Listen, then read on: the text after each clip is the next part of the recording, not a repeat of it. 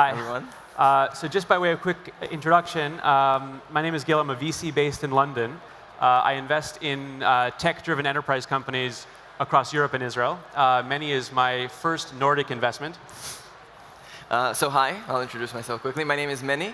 I'm originally from Israel, but I live in Stockholm. And as it was briefly said, basically we built a search engine that leverages machine learning to help e-commerce sites improve their revenue. Cool. But we're here to talk about search for e-commerce in general, not Findify in particular. So one of the things I love about you is you're one of the most opinionated people I know. So what is your opinion of the state of search in e-commerce today? Well, I'm obviously quite biased, but I truly believe that e-commerce search is one of the most important unsolved problems that e-commerce faces today. And in terms of the priority ranking, if you're running an e-commerce site, you have all of these things you're working on, right? SEO, merchandising, delivery, fulfillment, conversion, all of that stuff. Where is search in that priority list? Well, I would rank it, again, naturally very, very high, but there's reason for that. I mean, the main issue is that the return on investment that you get from search is incredibly high. And there's a background to it. So we ran a lot of research, and we saw that if we distill it, at the end of the day, there are two main behaviors of e-commerce shoppers. One is browsing. So for example, we're sitting there, or a lot of people probably are in the crowd and quite bored with what I'm saying, so they're browsing on their phone, and they're either on Facebook, or they go into one of their favorite stores. If it was yesterday, you're on Alibaba, and you're just browsing and looking, are there any interesting sales? Am I going to get some inspiration? Maybe I'll buy this, maybe I won't. And the conversion rate of this behavior is fairly low, simply because it's window shopping. On the other hand, you have hunting, which is a completely different scenario. Let's say I really like your shirt. And I'm like, I don't really like it. Where'd you get it? And I ask you, say, yeah, I got it on this store, and this is the brand, and they have... Zalando, obviously. Yeah. I love their customer care, and it's wonderful. You should really go there and buy the shirt. I'm like, this is brilliant. So the first thing I will do after we get off the stage, I'll go to that store, and I'll go and search for that shirt. And what I will do is I go to the store, and I tell the search box on the store, hey, this is the shirt I want, this is the brand I want. And if I find it, most likely I will buy it, because I went through the effort of asking you and going, etc. So the behavior is very different. Customers who search, these hunters, are 3 times more likely to convert than customers who browse. And across our customer base, for example, we can see that a very small amount of the traffic actually uses search. So between 6 to 7% of the traffic uses search. But this traffic generates between 15 and 25% of your revenue. So if you have a segment that uses that 6% of your traffic generating 25% of your revenue, that's where you should invest your time. And you're seeing that consistently across customers? Customers that use slightly more intelligent solutions, yeah. OK. So one obvious question is, it's 2015 now. E-commerce has been around for 20 years. If you look back at 2000, roughly, e-commerce was about 1% of US retail sales. Now it's over 7% of US retail sales. With e-commerce growing so much, and search obviously important, wouldn't search be a solved problem at this point? Why are we still talking about search in 2015? Yeah, I actually did think this is not a problem at all either, but I had a first row seat basically into e-commerce, and I witnessed it myself that it's not solved yet. So previous to Findify, I worked as a product manager at a Swedish company called Klarna that does payments. And the single thing that Klarna does, the main focus, their flagship product is Klarna Checkout. And the one thing that product aims to do is to minimize friction on the checkout page and maximize conversion. And it actually does it incredibly well. The conversion rate they have on the checkout page, there is not a single product out there that can do that. But if you look at it, the e-commerce funnel is actually so narrow that a lot of people drop well before the checkout page. And this is where you need to invest time in bringing people to the checkout. So there are solutions that help you convert, but you have to improve the funnel. And this is something actually that is based on a lot of research. There's a Danish research institute called the Baymard Institute. And basically what they do is usability research in e-commerce. And they ran a research a while back. They took the top 50 global e-tailers, and they did a teardown of their e-commerce search state. And they found that most of these players, and we're talking about Sears and Walmart and even Amazon, most of these players don't provide some of the most basic functionality that you would expect from a good e-commerce search. So 60% of these sites don't offer filtering. So if you search for something, you can't filter by brand or color or by your preferred price range. 70% of these sites don't support local jargon. So if you're a UK store and you sell trousers and you're expanding to the US, your customers goes into your site and search for pants, they will actually find no results because everything is called trousers. Right. And these are the top 50 players on the internet. So imagine what's happening in the top 500, top 1,000, or top 100,000. Right. It's still a problem that exists across the board. So if you look at the e-commerce world, right, who's doing search really well? And maybe without naming names, who's doing search really badly, and what have you seen in terms of really bad online search experiences? Okay, so we'll start with the good, because that's always easier. But our bar, I'm sure everybody around here used Amazon before, and their main focus is search. They're actually so focused on search that about 10 or 12 years ago, they founded a company called A9, and the only thing that A9 does is build data-driven discovery products for Amazon companies. And their search is actually so good that if you land on Amazon.com, you will see that it's a black background, a huge white search box. It really pops into your face. That's what they want you to do. And they're driving it there because of this conversion rates, and that's where they can capture intent. When somebody's going into your store and typing in the search box, this is what I want, it's the equivalent of me going into a retail store and telling the salesperson, hey, this is what I want to buy, can you bring it for me? And in regards to bad search, well, actually, the most extreme case we saw is one customer that we spoke with that had no search. They literally had no search box. And I asked them, why don't you have a search box at all? He said, well, our search is actually so bad that we decided that no search is better than crappy search. So it's kind of a double-edged sword. How can bad search hurt your results? So why is bad search better than no search? There's so much choice out there. So even if you told me that you got this shirt on that specific store, if I go on that store and I search for it and within a few seconds I don't find it, there's no sentiment. I can go back to Amazon, I can go back to Google and search something. So there's no real reason for me to tolerate that friction. Okay, so let's talk about how to fix some of these problems. If I'm running an e-commerce site, which I'm sure many people here are, what are the most important things I should be thinking about to make my search best of breed and drive conversion? Okay, so if we would pick, say, 3 main aspects of search that anyone can work on and improve, I would say it would be autocomplete, your first interaction with the search functionality, then your actual search result relevancy, and at the end, your ability to distill insights from data that you collect. Okay, so if we take those one by one, I got to ask you again on autocomplete. All of us have experienced autocomplete everywhere. So that would seem to be a fairly straightforward problem, right? I mean, we've all done it, we've all seen it. Why is that hard? So actually, the point here is that autocomplete is so easy to implement. You have so many libraries that you can just go and drop on your site and it gives you autocomplete that in most of the implementations that e-commerce sites have, it does more harm than good. And the reason behind it is to remember the goal of autocomplete. Autocomplete is there to help customers reach the most relevant query, to save them time. It is incredibly relevant on mobile. People are very impatient. You're looking at things between subway stations, etc. So in most sites, the autocomplete works in a way that it just goes over your product database, looks how many products you have that match a certain word, and just suggests autocomplete suggestions based on how many times that word appears there.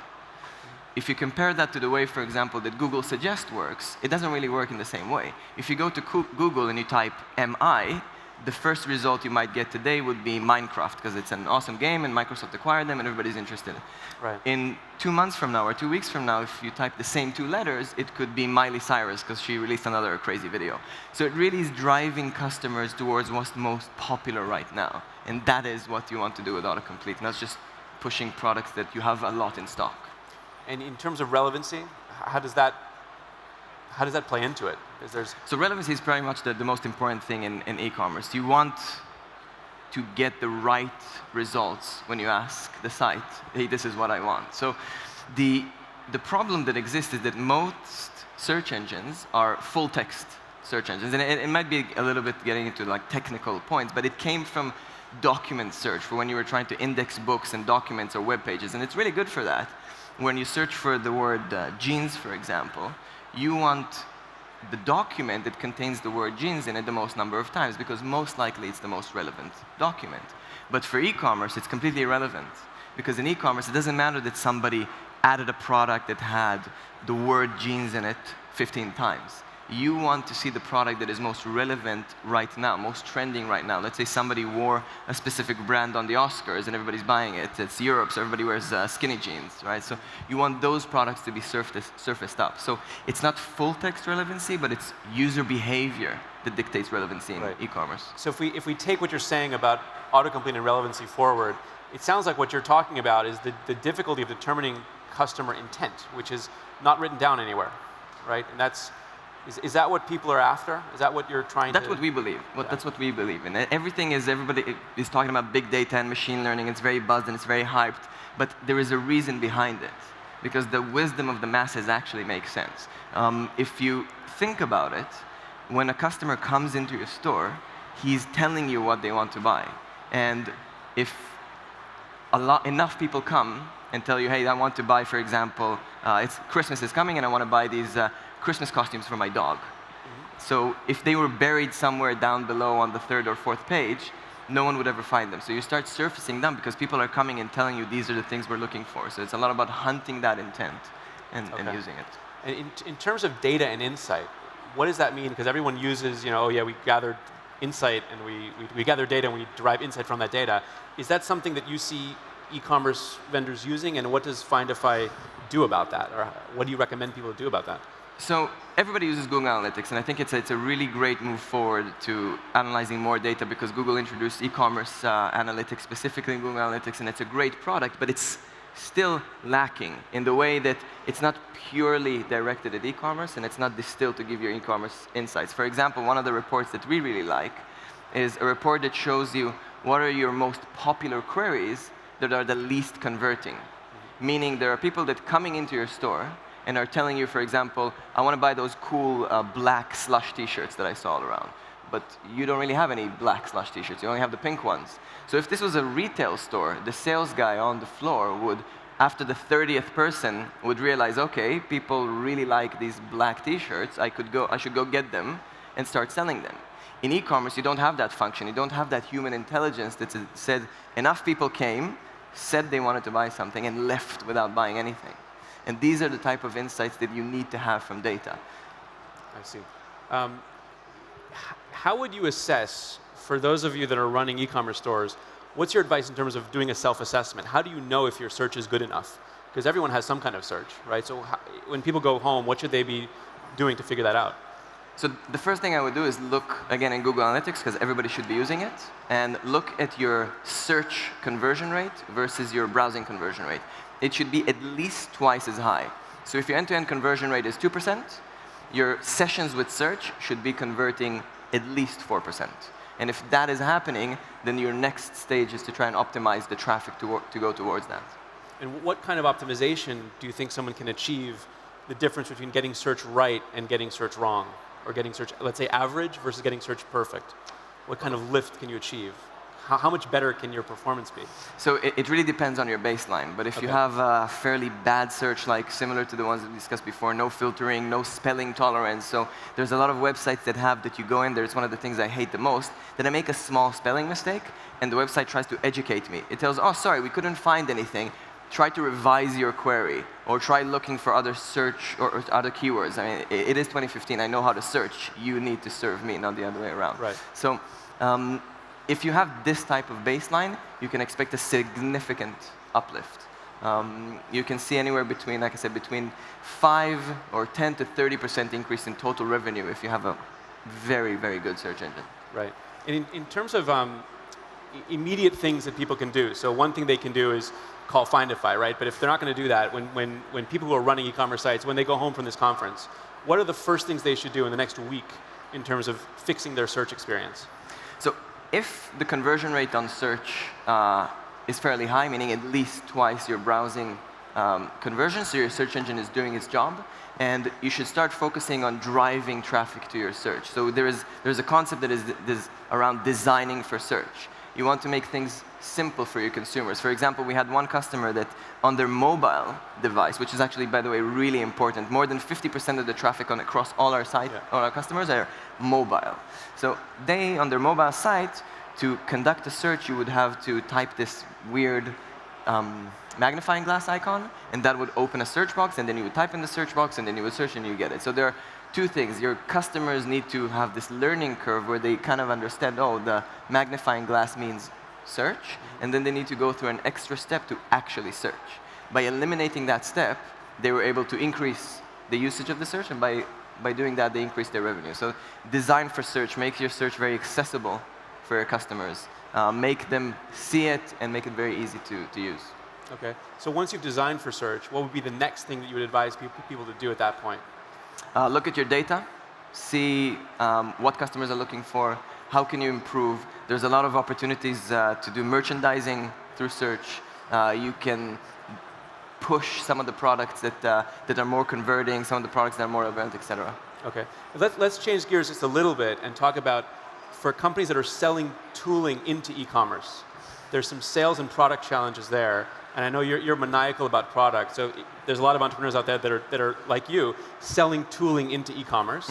What's your advice for those kind of entrepreneurs? What are the challenges of selling into e-commerce, right? There's lots of customers, huge market, highly fragmented, big players, small players. Yeah. So very difficult market. What's your advice? So I can only testify on what we have done so far, and we've been working mainly with the SMEs and mid-segment. But our strategy is to try and bring those A9 capabilities to everyone. And the challenge there is that there are a lot of SMEs out there. There are so many great companies out there like Shopify or Molten, which is an amazing idea on how you can use APIs to build your e-commerce store, or even Ticktail that we saw before. It has never been easier to open an online store. So the market is huge. However, these type of customers are becoming more and more sophisticated, and they're demanding a much higher quality from the products they use. And it creates a very difficult balance of quality versus scale and quantity. So one of our product development methodologies is to first not scale too early. We really try to experience a lot of the pains that our customers experience by doing things that don't scale. We configure things manually for them. We try to understand what are their main requests, what are their demands, etc., so we can learn what are the most important features that we should have in our product. And the second part is to try and take all these insights that we've learned and build an enterprise-grade self-service product. So it's a product that merchants can adopt by themselves, go live very quickly. They don't need to have a very high investment from the get-go, and they can start using it. So for us, it eliminates a lot of the need of professional services and high-touch sales, etc., and we can focus on building products. And at the end of the day, I think that, again, this comes to a lot to the product aspect, is that always be building and always be shipping and always put products at the hands of your customers, because that's the best feedback you can get. Asking or trying to have focus groups or asking customers, what is your wish list for features, never really works, because you don't get the right feedback. But if you release something and observe the behavior, it's the best feedback you can get. I think there's a quote that I really like by Reid Hoffman, the founder of LinkedIn. He said, if you're not embarrassed by the first version of your product, you've launched too late. So one of our principles is to be embarrassed on a daily basis. Get product out there and start living your customers' Always pain. be embarrassed. Yeah. So we have about a minute left. Putting ourselves back in the mindset of like the CTO of an e-commerce company, what's the number one takeaway you have for them on search in their business? What should They're they building leave their session? own. They're building their own solution. They have search. They have search, and they need to go back and assess it and do something. What's the number one takeaway? Data is the single most important thing that you can have when building a search product. So if you haven't tapped into the data, meaning what your customers do on your site, and you're not using it in order to inject and influence your decisions, that's what you should be doing. Cool. Thanks. Thank you.